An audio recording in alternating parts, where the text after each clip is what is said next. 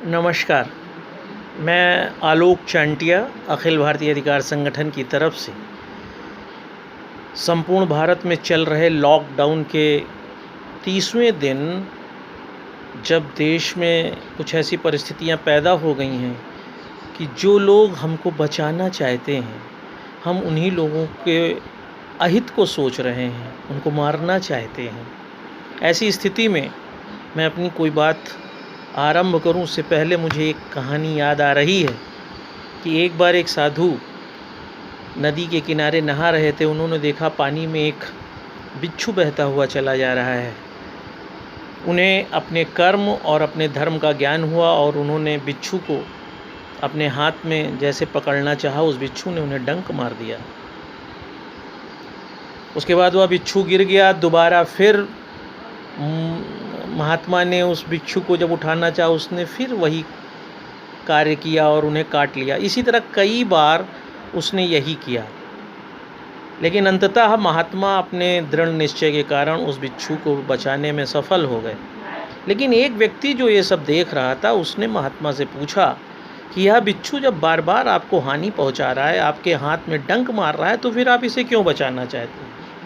महात्मा ने एक बहुत अच्छी बात कही थी कि यह सत्य है कि यह बिच्छू बार बार मुझे मार रहा है, लेकिन यह भी सत्य है कि यह इसका कार्य है, यह इसका कर्म है, और मेरा जो कर्म है बचाना, मैं वो कर रहा हूँ।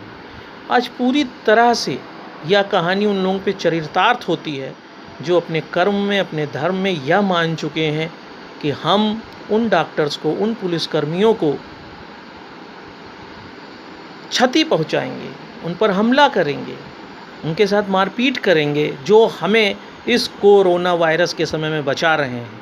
तो निश्चित रूप से सरकार को उन्हीं महात्मा की तरह उस कर्म को सामने लाना पड़ रहा है जिसे विधि कहते हैं।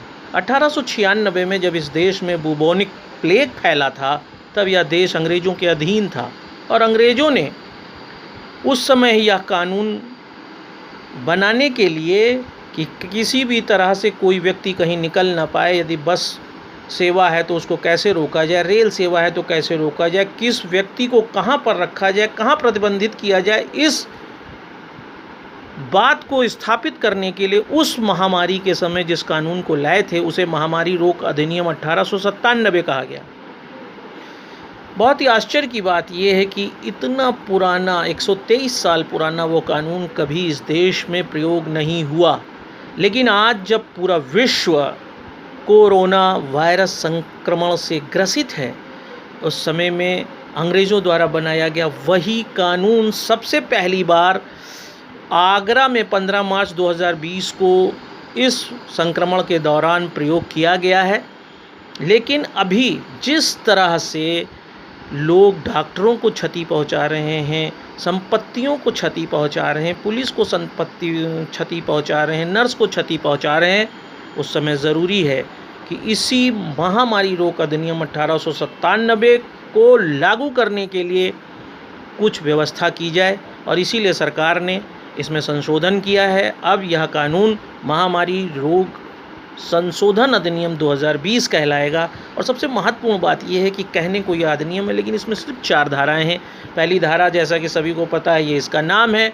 दूसरी धारा में 2 में केंद्र सरकार के कर्तव्य बताए गए हैं, 2A में राज्य सरकारों के कर्तव्य बताए गए हैं। इन कर्तव्यों में ये बताया गया है कि सरकार क्या क्या लोगों को सुरक्षित रखने के लिए कर सकती है, किस तरह से परिवहन को बाधित कर सकती है, किस तरह रेल सेवा बाधित कर सकती है, किस तरह एरोप्लेन सेवा बाधित कर सकती है। यही नहीं, वह लोगों को कहीं पर रोक सकती है, कहीं पर डिटेन कर सकती है, वह लोगों के जीवन के लिए कोई निर्णय कैसे ले सकती है, यह धारा 2 में है। और 3 में सिर्फ और सिर्फ आज तक ये कहा गया था कि यदि कोई व्यक्ति इस धारा और इस कानून का उल्लंघन करेगा तो उस पर जुर्माना किया जा सकता है। जुर्माना कितना होगा, कैसा होगा, इसका कोई वर्णन नहीं था। लेकिन आज जब इसका संशोधन हुआ है तो इस बात का इसमें तथ्य रखा गया है कि यदि सिर्फ सामान्य तरीके का कोई हमला किया गया है तो व्यक्ति को 3 महीने से लेकर 5 साल की कैद, और यदि गंभीर चोट पहुंचाई गई है जिसमें मृत्यु तक होने की संभावना होती है तो 6 महीने से लेकर 7 साल की सज़ा, और यदि संपत्ति को हानि पहुंचाई गई तो उसमें जितनी भी संपत्ति की लागत है उसका दुगना वसूला जाएगा। जहाँ तक हमला और गंभीर हमले में क्षतिपूर्ति की बात है तो वह 50,000 से लेकर 2 लाख रुपए के बीच निर्धारित किया गया है।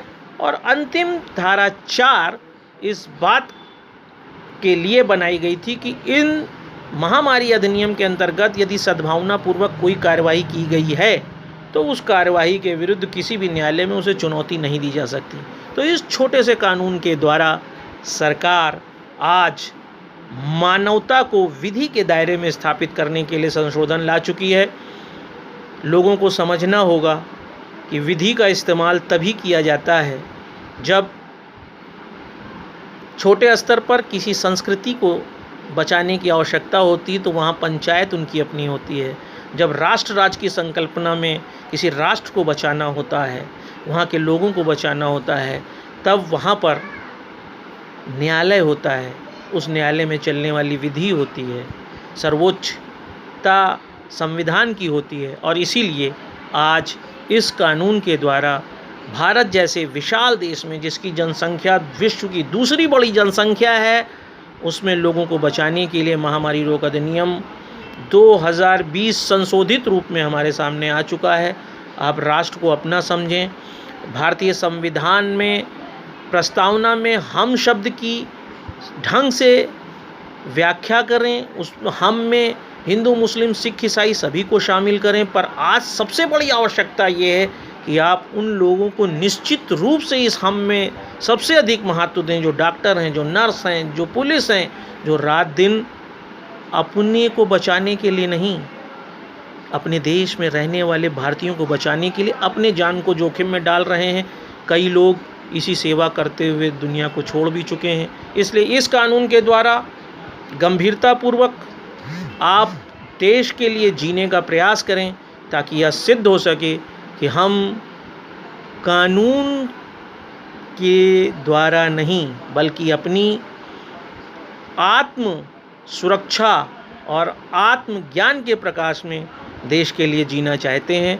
आशा है कि इस कानून के बारे में संक्षिप्त जानकारी आपके काफ़ी काम आएगी। और यदि आपको ये अच्छा लगे तो आप इस वीडियो को आगे तक ले जाएं।